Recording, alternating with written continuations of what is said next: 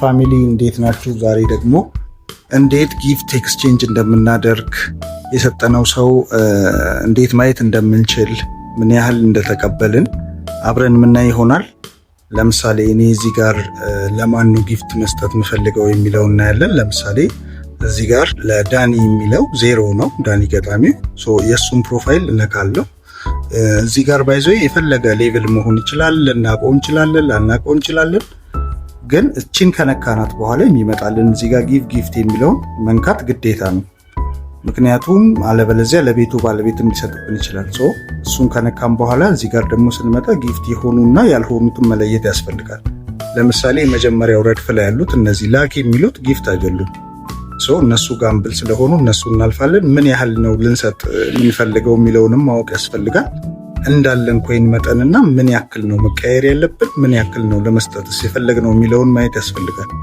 ለምሳሌ እዚህ ጋር ካለኝ እኔ 56000 ኮይን አለኝ። ከዛ ላይ 500 መስጠት ነው የምፈልገው።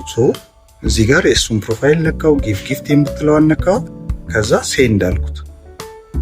አያችሁት? እዚህ ጋር እንደምትመለከቱት ከስሩ 350 የሚል ተጽፏል። ይህ ሰው እንደው እንደገባለት ባያይ እንኳን በኔትወርክ እንዴት ማየት እንችላለን? ደግሞ የመጀመሪያ የሱን ፕሮፋይል እነካለን። ሲቀጥል መሀል ላይ ፎቶውን እንነካለን።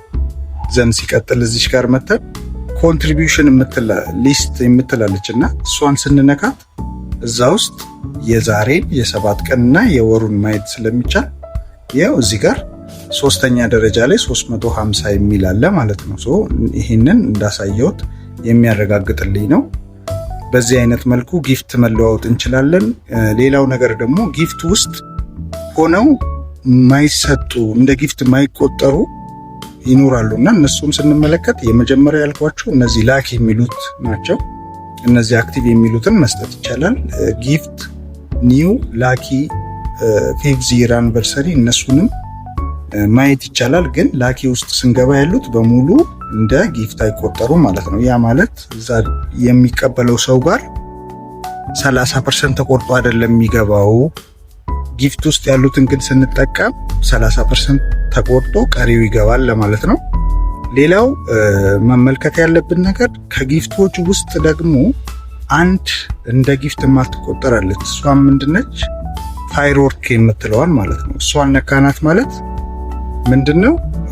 ፋይርወርክ እንደሚታወቀው 50,000 ኮይን ተጠቅመን ቤታችንን ቫይራል ለማውጣትና ለተለያዩ እንትኖች የምንጠቀምባት ፋይርወርክ ማለት እቺ ነች። እዚህ ጋር እንደምትመለከቷት እሷ እንደ ጊፍት አትቆጠርም ነው። ብዙ ሰዎች እንዴት ነው ጊፍት የምንልከው ጊፍት የሆነውና ያልሆነውንም መለየት የሚከብድበት ሁኔታ ስላለ ነው። ቴንኪው፣ አመሰግናለሁ።